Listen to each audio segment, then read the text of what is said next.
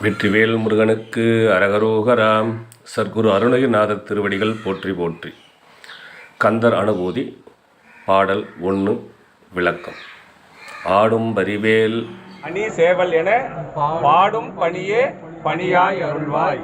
தேடும் கயமா முகனை செருவில் சாடும் தனி யானை சகோதரனே. இப்படியே 51 நாள் வந்து 51 அனுபூதி பாராயணம் ஆகிடும். மலை மேலே ஏறும்போதெல்லாம் அனுபூதி பாடினா மலை மேலே ஏறுவாங்க.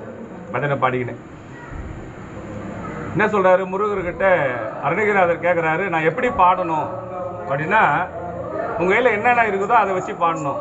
புகழ்ன்றது என்னென்னா அவங்களுடைய வீர தீர அவங்களுடைய சிறப்புகளை பற்றி செய்யறது தான் வந்து புகழுது. அப்போ முதல் வார்த்தை என்ன சொல்கிறாரு, ஆடும் பரி. பரினா குதிரைன்னு அர்த்தம்.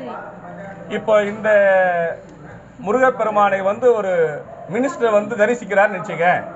அவர் காரை அங்கே விட்டுருவாரா, கார் விட்டு இறங்கி வருவாரா, வந்து சாமி கும்பிட்டுட்டு திரும்பி போகிறதுக்குள்ளேயே காரை அப்படியே வச்சிருப்பாரா, அந்த டிரைவர் திருப்பி கரெக்டாக ரெடி பண்ணி வச்சிருப்பாரா, திருப்பி ரெடி பண்ணி ஆஃப் பண்ணி வச்சுட்டு இருப்பாரா, ஆன் பண்ணி வச்சிருப்பாரா, ரெடியாக இருப்பார். அப்போ ஒரு சாதாரண ஒரு அமைச்சருக்கே வந்து அந்த செய்யக்கூடிய ஒரு டிரைவர் என்ன பண்ணுறாரு, வண்டியை ரெடி பண்ணி ஆன் பண்ணி வச்சிருக்கிறார்.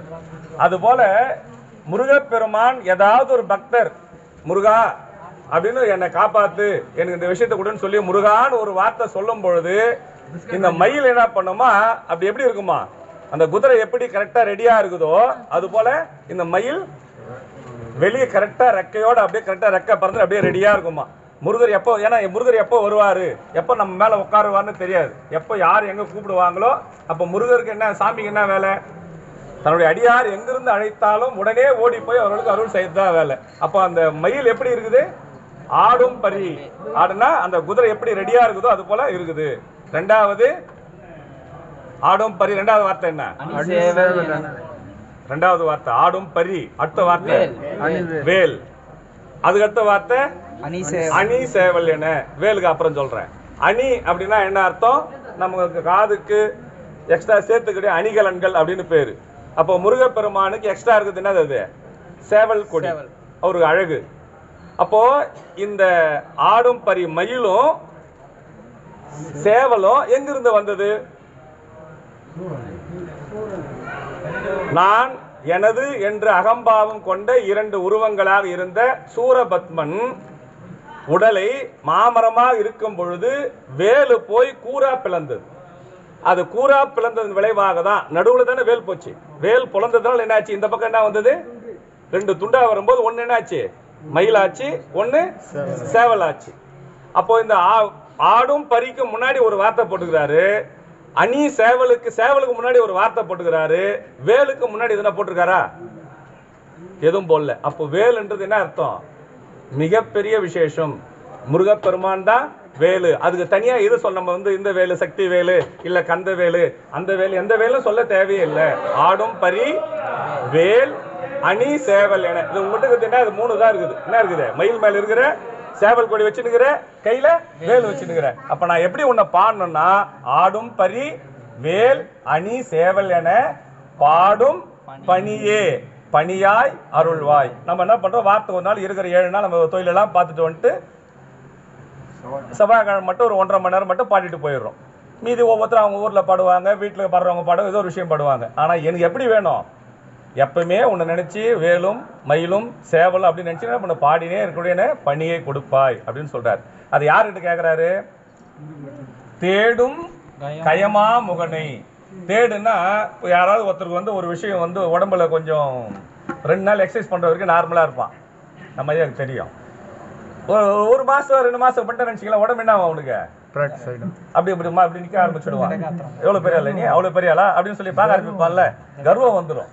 அது போல கயமா முகன் அப்படின்றது கஜமுகாசூரன். அது தமிழ்ல சுத்த தமிழ்ல போட்டிருக்காரு. கஜமுகாசூரன்றது அது விநாயகர் மாதிரி இருக்கக்கூடிய அந்த யானை முகத்தோடு இருக்கக்கூடிய ஒரு அசுரன், கஜ முக அசுரன். அதான் கயமா முகனை அப்படின்னு. அந்த கஜமுகாசுரன் என்ன பண்றான்னா, இந்த தேவர்கள் எல்லாம் தேடி போய் என்ன பண்றானா, அவங்கள தொல்லை பண்றானா.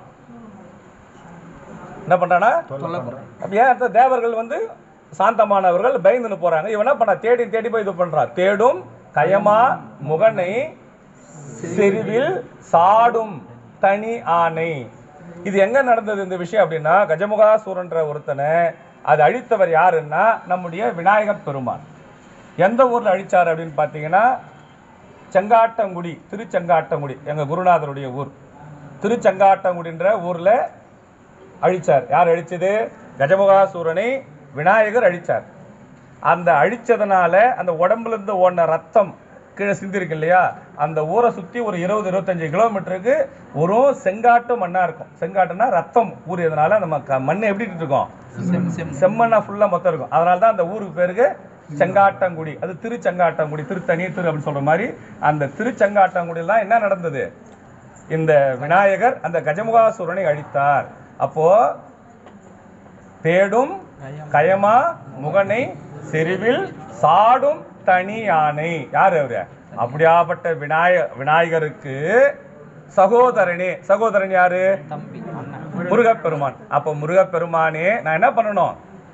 அப்படி அசுரர்களை தேடி, தேவர்களை தேடி அழித்த அசுரர்களை வதம் செய்த விநாயகப் பெருமானுக்கு தம்பியாக விளங்கக்கூடிய முருகப்பெருமானே, நான் எப்ப என்ன பண்ணணும்னு, ஆடும் பரி வேல் அணி சேவல் என பாடும் பணியே பணியாய் அருள்வாய் அப்படின்னு இந்த முதல் பாடலை ஆரம்பிக்கிறாரு.